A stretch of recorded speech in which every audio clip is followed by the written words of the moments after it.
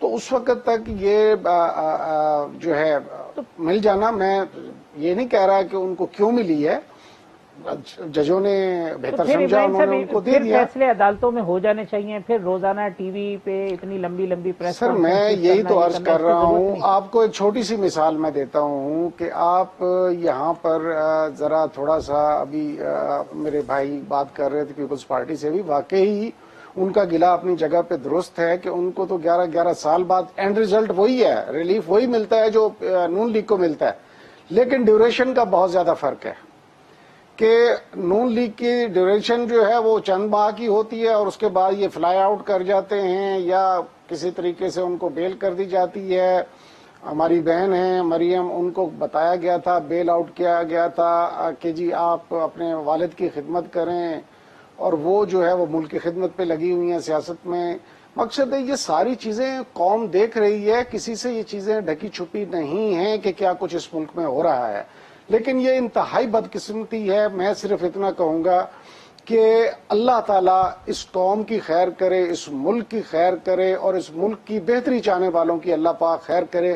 میں کسی پہ یہ نہیں کہتا کہ جی یہ اس نے یہ کیا، اس نے وہ کیا۔ جب عدالتیں ملک کی ایک فیصلہ کرنے والی موجود ہیں تو وہ فیصلہ کریں گی اور وہ فیصلے ہوئیں گے۔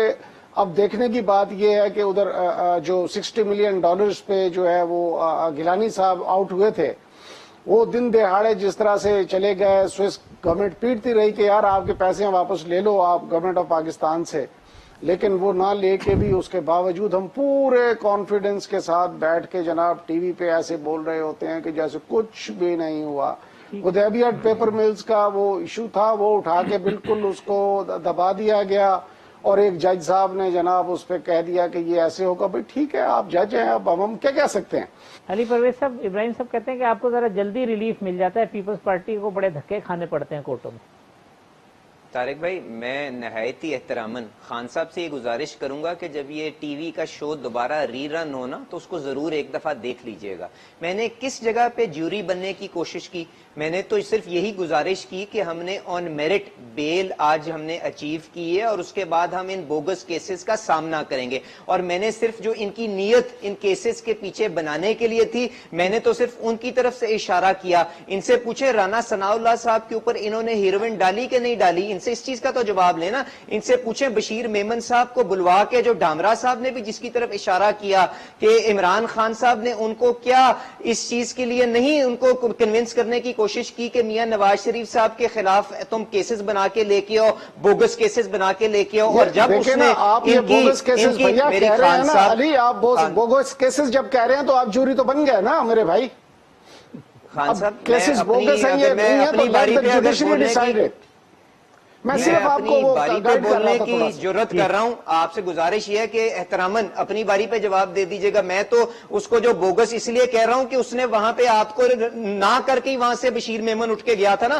اگر آپ اتنے نیک نیت اور کوئی ثبوت کے ساتھ آئے ہوتے تو کسی افسر کی ضرورت ہو سکتی ہے کہ ان کیسز کو نہ بناتا۔ آپ خام خام یہاں پہ میرے منہ کے اندر اپنے الفاظ ڈالنے کی کوشش نہ کریں، اپنے سیگمنٹ کے اندر ضرور جواب دیجیے گا۔ بتائیے رانا ثناء اللہ کے اوپر جو ہیروئن ڈالی، آپ کے پاس وہ ویڈیو ریکارڈنگ موجود ہے کہ انہوں نے موٹر وے سے کب ایگزٹ کیا، ڈاکٹرز ہاسپٹل کے آگے کتنے بجے ایگزٹ کیا۔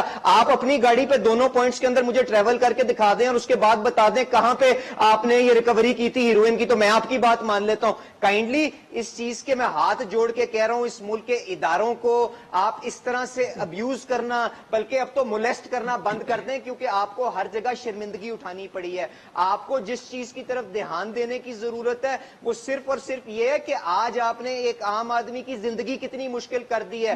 ایک عام آدمی آج روزہ کھولنے کے لیے دیکھیں آج ان کی صورتحال کیا ہے۔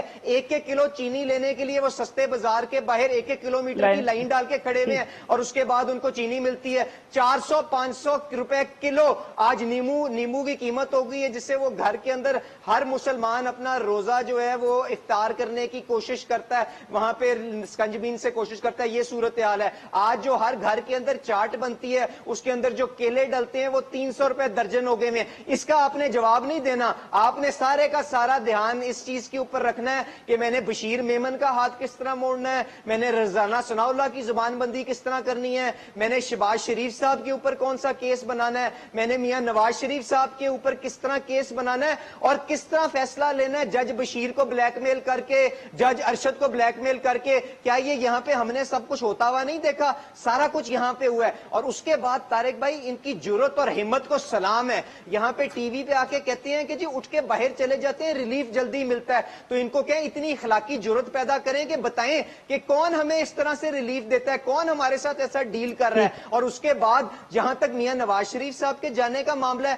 مجھے یاد دہانی کرائیے گا, کیا وہ جیل توڑ کے گئے ہوئے ہیں؟ کیا یہ جو آج کے حکمران جو ہمارے پہ بڑی بڑی باتیں کرنے کی کوشش کر رہے ہیں, انہوں نے خود اس چیز کے اندر فیسیلیٹیٹ نہیں کیا؟ کیا انہوں نے خود ان کی صحت کو اس حد تک نہیں بگاڑا جب وہ ان کی کسٹڈی میں تھے کہ جب وہ سروسز ہسپتال آئے ہیں چند ہزاروں کے اندر ان کے پلیٹلیٹس رہ گئے تھے؟ کیا انہوں نے خود ڈاکٹر شمسی کو کراچی سے بلا کے ایگزامینیشن نہیں کرائی؟ کیا انہوں نے فیصل سلطان کے ساتھ ایگزامینیشن نہیں کرائی؟ کہاں گئی ان کی ہیلتھ منسٹر پنجاب؟ یہاں پہ ٹی وی پہ آ کے لوگوں کی پگڑیاں اس طرح اچھالتے ہیں جس طرح کل کوئی آنی ہی نہیں ہے. ان کو کہ خدا کے لیے اپنی ذمہ داری کا احساس کریں, لوگوں کے لیے سہولیات پیدا کریں. اب تو ان کے احتساب کا ٹائم شروع ہونے والا ہے. ٹھیک علی بھائی, میں ایک وقفہ لے لوں, وقفے کے بعد آتے ہیں تو دھمرا صاحب اس گفتگو کو آگے بڑھاتے ہیں.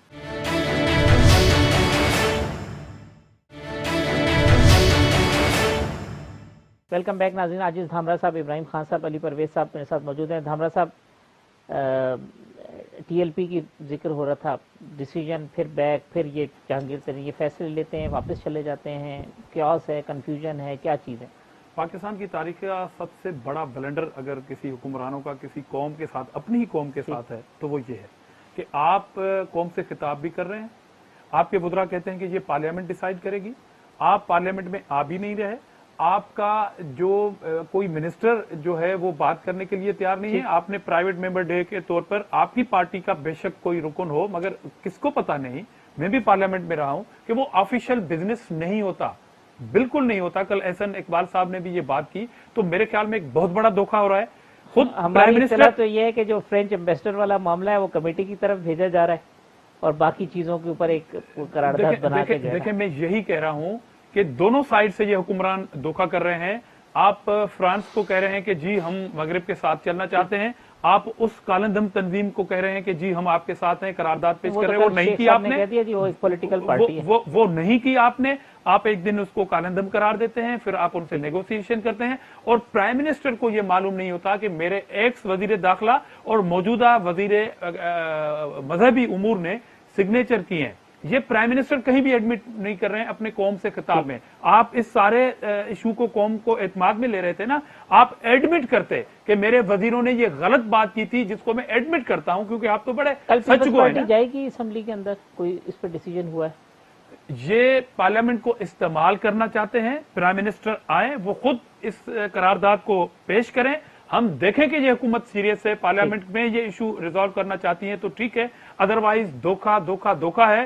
قوم سے بھی کر رہے ہیں, بین الاقوامی دنیا سے بھی کر رہے ہیں, اور اس پارٹی سے بھی کر رہے ہیں. اور جو معصوم شہید ہوئے, آپ کو پتا ہے کہ جو دعا مانگی گئی تھی اس میں کہیں پولیس والوں کا نام تھا, شہداء کا نہیں تھا. انہوں نے کہا جی تو یہ کیا کرنا چاہ رہے ہیں؟ جمعیت علماء اسلام والوں نے منگوائی تھی دعا, اور دعا تو اسمبلی نے منگوائی تھی. اچھا جی, ابراہیم خان صاحب, کل کی جوائنٹ ریزولوشن کے اوپر کوئی کوشش ہو رہی ہے؟ آپ اسلام آباد میں ہیں, کیا ہو رہا ہے؟ اور وہ دیکھیں, یہ قرارداد پیشی اس لیے کی گئی ہے کہ اس کا جوائنٹ ریزولوشن بنایا جائے, اور اس کا جوائنٹ جو ہے وہ کون بنائے گا ابراہیم صاحب؟ میسج اکراس دا بورڈ دیا جائے. دیکھیں کون بنائے گا اس میں؟ آپ یہ بریکنگ نیوز دے دیں اس پروگرام میں کہ پرائم منسٹر صاحب یہ قرارداد منظور کریں گے, کون کرے گا؟ جی دیکھیں, اس کے لیے اس لیے تو میں آپ کو بتا رہا ہوں کہ یہ قرارداد پیشی اس لیے کی گئی ہے کہ تمام پارٹیز مل کے, کیونکہ چاہے کوئی شیعہ ہے, سنی ہے, وہابی ہے, دیوبندی ہے, حدیث ہے, کوئی کسی جماعت سے, حکومت نے تو نہیں کی نا. نبی کریم صلی اللہ علیہ وسلم کے اسوہ حسنہ پہ یا ان کی ذات مبارک پر کوئی بندہ کسی بات کو قبول کرنے کے لیے تیار نہیں ہے. حکومتی قرارداد, یہ حکومتی قرارداد نہیں ہے جو آپ نے ان سے وعدہ کیا تھا, یہ وہ قرارداد نہیں ہے ابراہیم صاحب.